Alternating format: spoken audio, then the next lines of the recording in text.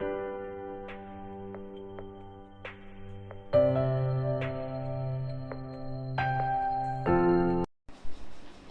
বন্ধুরা, শোভা রান্নাঘরে সকল বন্ধুদের স্বাগত। আরও একটা রেসিপি নিয়ে হাজির হলাম।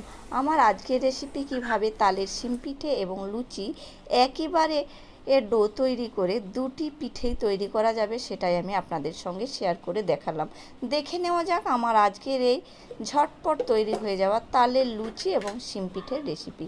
আমি তালের পাল্পটা আগেই বের করে নিয়ে গরম করে চিনির সাথে ঠান্ডা করে ফ্রিজে রেখে দিয়েছিলাম একটা কৌটের মধ্যে। আমি শিম পিঠের জন্য পুর বানিয়ে নেব। এখানে আমি নারকেল নিয়েছি, একটা গোটা নারকেল কুড়িয়ে নিয়েছি।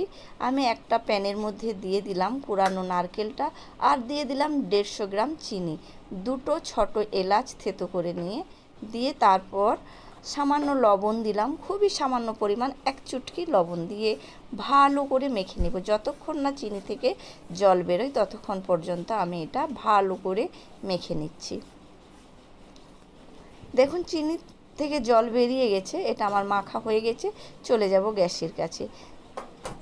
গ্যাস জ্বালিয়ে আমি এই নারকেল চিনি মাখাটা বসিয়ে দিলাম।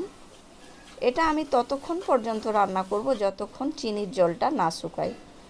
দেখুন চিনির জলটা অনেকটাই শুকিয়ে গেছে, এটা আমার হয়ে গেছে।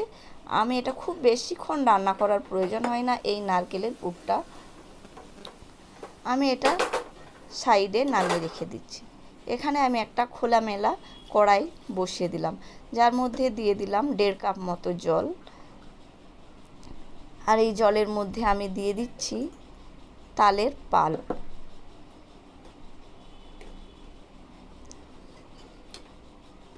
তালের পাল্পটাতে জল দিলাম তার কারণ পাল্পটা খুব ঘন, তাই আমি একটু জল দিয়ে এটা ফুটিয়ে নেব। দেখুন আমি কতটা পাতলা করেছি, দেখেই বুঝতে পারছেন। ঠিক এরকম পাতলা করে নেবেন। এটা ফুটে যাওয়া পর্যন্ত অপেক্ষা করব। আমার কাছে এটা খুব ঘন মনে হলো, তাই আমি আরও 1 চামচ জল ব্যবহার করলাম। দেখুন ঘনত্বটা, এটা এবার ফুটে এসেছে। এই সময় আমি দিয়ে দিলাম ছোট 1 চামচ লবণ। আমি তালের পাল্পটা কিন্তু আগেই বেশ ভালো রকম মিষ্টি দিয়েই ফুটিয়ে রেখেছি, আর চিনি বা গুড় দিয়ে আপনারা এটা করতে পারেন। অবশ্যই কিন্তু তালের পাল্পে চিনি বা গুড় স্বাদ মতো দিয়ে দেবেন। এখানে আমি 1 কাপ চালের গুঁড়ো দিয়েছি, আর এখন পরিমাণ মতো দিলাম 2 কাপ গমের আটা। আপনারা চাইলে ময়দাও ব্যবহার করতে পারেন। এরপর আমি চামচের সাহায্যে এটাকে নেড়েচেড়ে মিশিয়ে নিচ্ছি। গ্যাসের ফ্লেমটা একদম লো করে নিতে হবে এই সময়। এখানে আরও আমার কিছু আটার প্রয়োজন হবে। দেখুন অনেকটাই পাতলা, এখনও সম্পূর্ণভাবে ডোটা তৈরি হয়নি। আমি এখানে আরও কিছু আটা যোগ করব।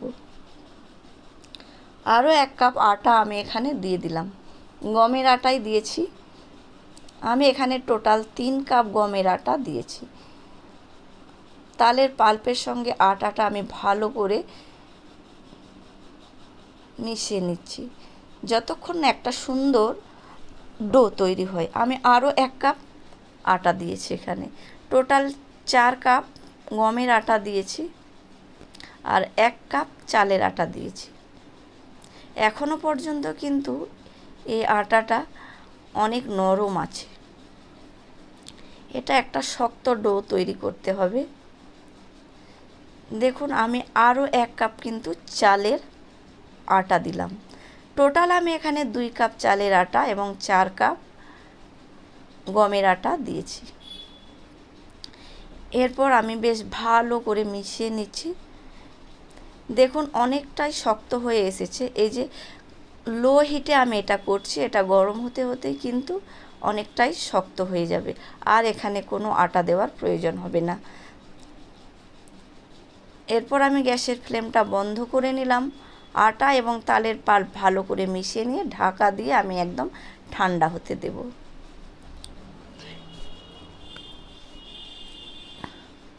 একদম ঠান্ডা হয়ে গেছে। মাঝে একবার আমি এটা খুন্তির সাহায্যে নেড়ে নিয়েছিলাম। আমি এখানে একটু জল নিয়েছি একটা বাটিতে, জল দিয়ে ভালো করে থেসে আমি এটা মথে নেব। যেরকম আমরা রুটির জন্য বা লুচির জন্য আটা মেখে থাকি, ঠিক সেরকমভাবে এটা মেখে নিতে হবে। মেখে ভালো একটা নরম ডো তৈরি করতে হবে। মিনিট 5-7 ধরে আমি কিন্তু এই সামান্য সামান্য জল দিয়ে মথে নিচ্ছি। দেখুন ঠান্ডা হয়ে যাওয়ার ফলে অনেকটাই শক্ত হয়ে গেছে। আমি টোটাল 7-8 মিনিট মতো এটা মথে নিয়েছি। এরপর এখান থেকে আমি বড় বড় লেচি কেটে নেব। এই দেখুন কতটা বড় আমি লেচি কেটেছি, দেখেই বুঝতে পারছেন।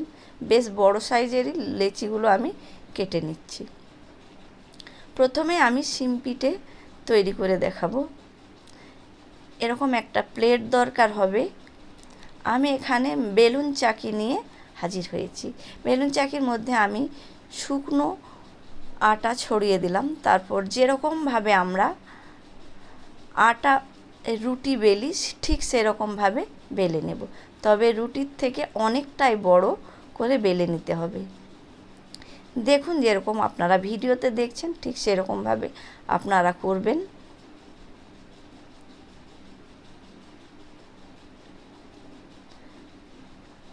যত বড় চাকিটা আছে আমি তার থেকেও বড় এই রুটিটা বেলে নিলাম। তারপর জলটা আমি একটু হাত দিয়ে পুরো রুটিটার গায়ে লাগিয়ে দিলাম।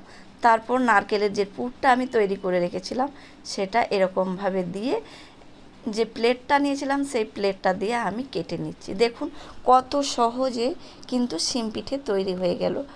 পরিমাণ মতো আমি নারকেলের পুর দিয়ে এরকমভাবে পাল্টে নিয়ে তারপর কেটে নিলাম। মুখটা বন্ধ করার আর কোনো প্রয়োজন নেই। ওই যে প্রথমেই আমি রুটির গায়ে জল লাগিয়ে নিয়েছিলাম, সেই জলটাতে এই মুখটা দেখুন বন্ধ হয়ে যাবে। তেলে ছাকার সময় কিন্তু এটা আর খুলবে না। দেখুন মুখটা একদম বন্ধ হয়ে গেছে। সবগুলো কিন্তু আমি এইরকমভাবেই বেলে নেব।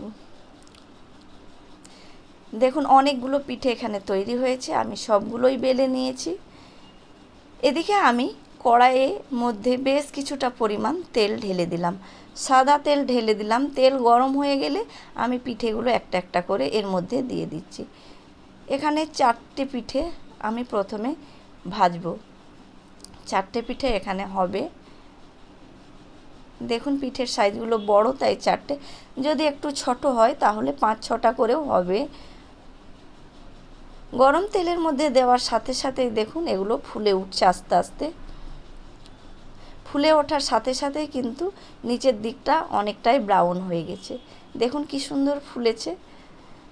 পাল্টে দিলাম আমি। দুই সাইডে একই রকমভাবে আমি ভেজে তুলে নিলাম। দেখুন কতটা ফুলেছে। বাকিগুলো আমি ঠিক একই রকমভাবে ভেজে নেব।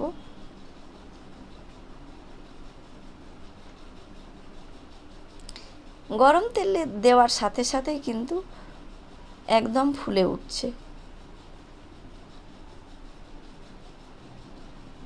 দেখুন কতটা সহজ তৈরি করা এই শিমপিঠে।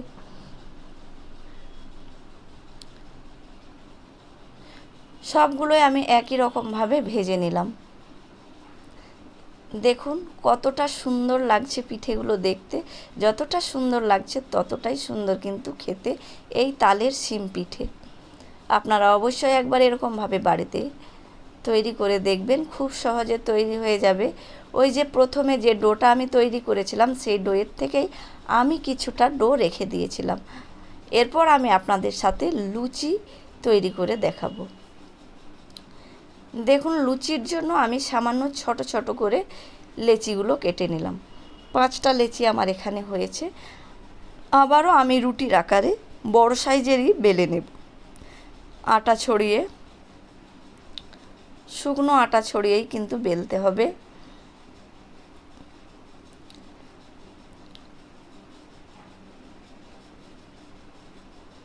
ঠিক যেরকম আমরা রুটি বেলি ঠিক সেরকমভাবেই বেলে নিচ্ছি।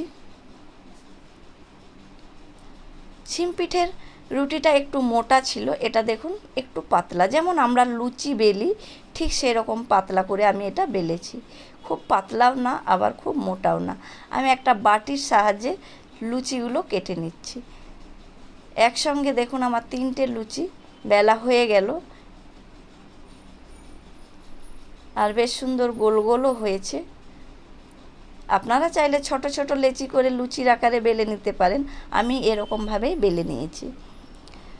তারপর গরম তেলের মধ্যে যেরকমভাবে আমরা লুচি ছাঁকি ঠিক সেরকমভাবেই ছেঁকে নেব।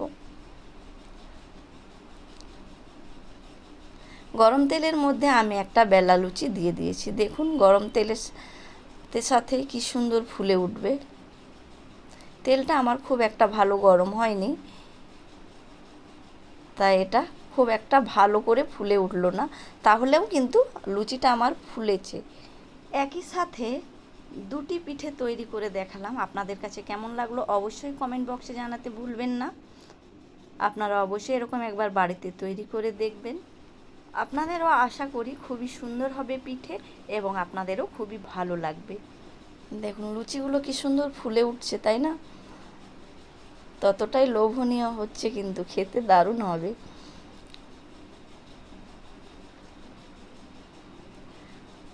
যেরকমভাবে আমরা লুচি ছাঁকি সেরকমভাবেই আমি ছেঁকে নিচ্ছি।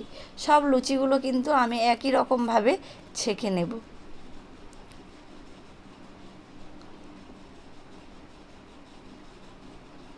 আমার চ্যানেলে নতুন বন্ধু হয়ে থাকলে চ্যানেলটি সাবস্ক্রাইব করার অনুরোধ থাকলো এবং পাশের থাকা বেল আইকনটা অবশ্যই প্রেস করে দেবেন, যাতে আমি এরকম নতুন কোনো রেসিপি দেব সবার প্রথম নোটিফিকেশান আপনার কাছে পৌঁছে যাবে। দেখুন লুচিগুলো আমার সুন্দর মতো ভাজা হয়েছে, আমি একটা আপনাদেরকে ছিঁড়ে দেখাচ্ছি কতটা নরম এবং কতটা সুস্বাদু হয়েছে, দেখেই বুঝতে পারছেন। আজকের মতো এই পর্যন্তই। ভালো থাকবেন, সুস্থ থাকবেন, অসংখ্য ধন্যবাদ।